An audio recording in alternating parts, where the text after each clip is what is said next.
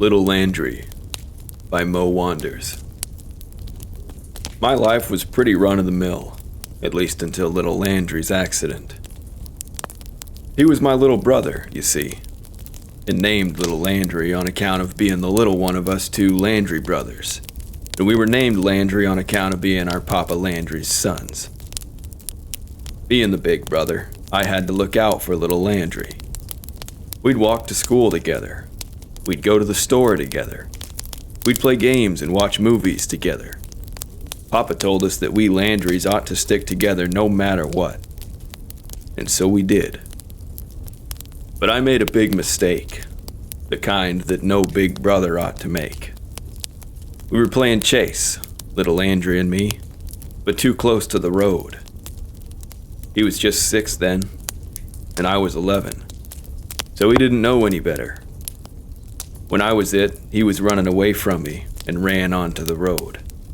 I shouted at him to stop, but he thought it was part of the game, I suppose, so he kept running, right on under the 2-door sedan that was cruising down the road.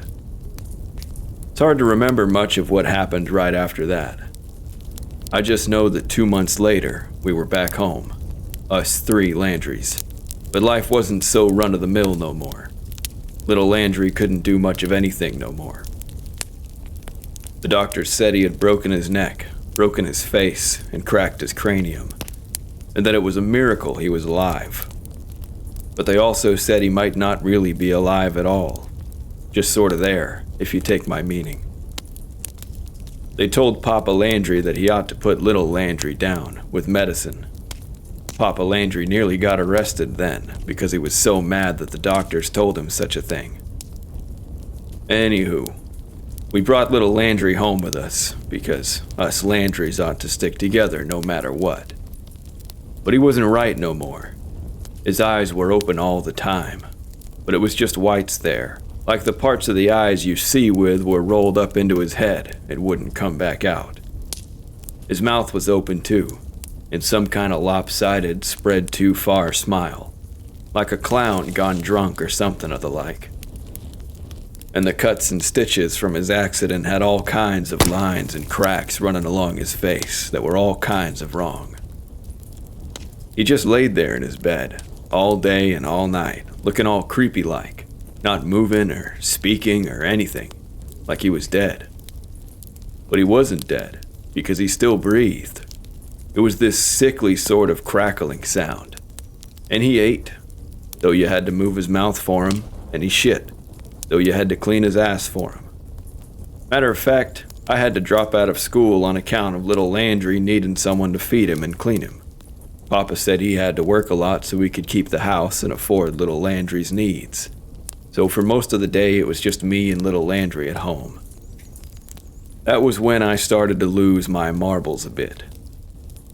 I'd sit next to little Landry, day in and day out, taking care of him, feeding him, cleaning his piss and shit, and even reading books out loud in case he could hear, or watching TV loud enough in the other room that he could listen. All the while, he'd just stare at me with those blank whites of his eyes, and smile at me with that nasty, crooked, cracked at the edges smile. I swear, I started seeing that face in my dreams. Sometimes I'd wake up in the middle of the night and feel like I could still see little Landry's nasty mug hanging right over me. It was like when you look at a bright light, and then look away, and the bright light is still there, but sort of fading. Little Landry's nasty mug was there, hanging over me, but fading, like he'd been there a moment before or some such. But that was nonsense, because little Landry never moved. He just laid there in his room, staring at me any time I was around, making that nasty crackling sound with his breathing. Which is why it was so peculiar and downright unsettling that day when Papa Landry found that one note. He got home, thumping in through the front door and slamming it shut behind him, and before I could even get up and go say hello, he called out to me. "Landry," he shouted down the hall. "Get over here." I walked over right quick and said hello. Papa didn't answer though. He was staring down at a little sticky note, like the ones you see at the grocery store for school. It was smudged and old, like it had been left for years in some attic, and on the wall, a glittery white patch stuck out from the rest of the dirty wall, where I suppose Papa had grabbed the note from. Papa looked up at me, frowning heavy, and asked, "What's this, boy?" "I don't know," I told him. Papa had a way of crinkling his forehead when he was getting mad, and when I said, "I don't know," he started crinkling his forehead in that way, so I knew I had to watch my step. "I don't know what's got into you, boy, but no more of this nonsense," Papa rumbled. "Yes, Papa. Sorry, Papa," I said politely. Papa shoved the note into his pocket, then thumped down the hall to his room. He didn't even look in on little Landry. He rarely had done after the first few months. I hadn't put up any note, that was for sure. What did the note say? Why was Papa mad about it? I thought hard on that as I went about my day, and I even checked the trash cans in case Papa had tossed the note. I had no luck on either count, so I figured I'd let it lie. I went back to little Landry's room to get on with my usual thing. There was a book about animals I'd been reading, so I got back to that, reading out loud in case little Landry could hear it. But before long, I noticed the damnedest thing. Others might not have noticed it, but I could have sworn by it, seeing as I spent so much time with little Landry. Little Landry was smiling bigger than ever. That torn and crooked smile of his stretched and curled farther than it had earlier even that same day. And his crackling breathing was a little louder than usual. I'll be damned if it didn't creep me right out, especially 'cause his damn eyes hadn't changed a bit. They were still the same blank whites as always. I called Papa over to take a look. He was irate over me bothering him and said it was nonsense. It wouldn't get up from his armchair. I got a bit upset at that and called him out over him not checking in on little Landry much. After that, Papa agreed to come see, although he didn't look pleased about it. When he entered the room, little Landry was laying there, same as always, but with that extra wide smile. "See?" I said to Papa. I felt that Papa had gone a little pale, but all he said was, "He's the same as always." I glanced back at little Landry then, and I swear, the extra wide smile settled back into the normal one. "Did you see that?" I said to Papa. Papa's forehead was crinkling. He looked at me, all paled and wide-eyed. "I didn't see nothing," he grumbled. Then he stomped out of the room. And he didn't stop there. Hell, he stomped right out of the front door. That was the last time I saw Papa. It was just little Landry and me after that, which was a problem on account of me not being able to afford little Landry's needs. I got some advice on that from Lori, our neighbor, who told me I ought to write the government for help, since now little Landry and me were orphans. I had no better idea as to what to do, so I went ahead and took her advice. A few days later, I saw the mailman come round and drop a letter into our mailbox. Hoping it was the government offering to help, I was quick to head out the front door. Lori happened to be there, out for a walk. I smiled and waved to her as I got to the mailbox. Then I pulled out the letter and saw that it was in fact from the government. Just as I ran my finger under its lip to open it up, Lori spoke to me. "Oh," she said, "your father's back, son. That's good." What an odd question, I thought to myself. With a frown, I replied, "No, ma'am." Lori sighed and said, "Oh, sorry, hun. Just assumed that's who was in your kitchen." She waved an apology and continued along the sidewalk. Confused, I spun around and I damn near fell over. I saw the outline of a person in the kitchen behind the mesh curtain, but nobody was home except little Landry and me. Bewildered, I dashed back inside and went straight there. But there was nobody there. The kitchen was the same as always, except for a small yellow note on the wall.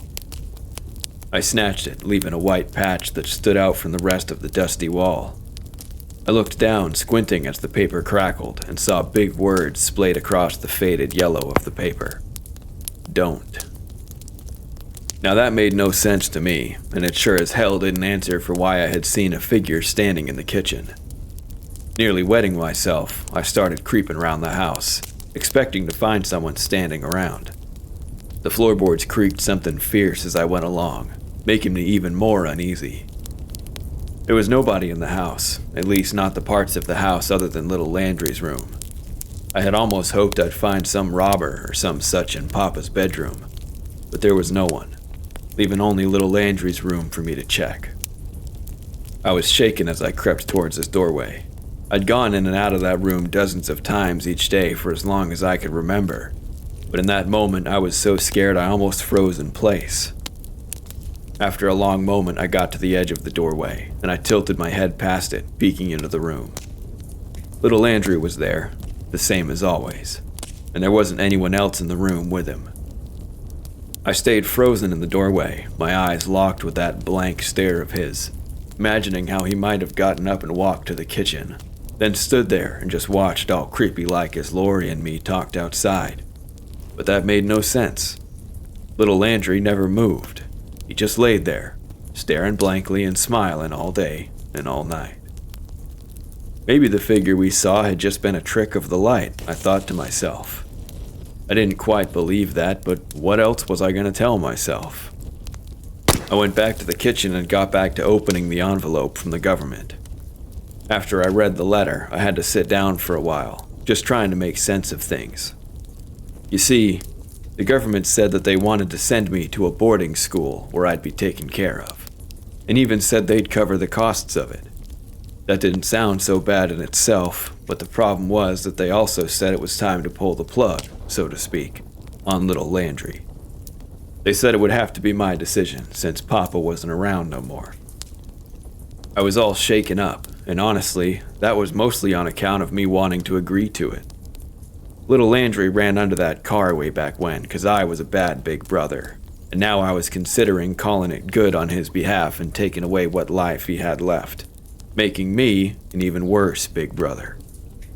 And yet, I so wanted to just go along with it. I wanted to move on. Was that wrong? I was mulling it over the next day, still undecided, when I saw it. Another note, just like the first. This one really took me by surprise, because I was on the shitter when I noticed it. I reached over to grab some toilet paper, and it was right goddamn there, next to my face. The paper crackled, the air feeling strangely warm around it as I peeled it off the wall. The writing was on the underside this time. Don't. I swear, if I hadn't just shit, I would have shit myself. I cleaned up and got out of that bathroom as quick as I could, and I ran towards little Landry's room. He was laying there, same as always, except for his smile.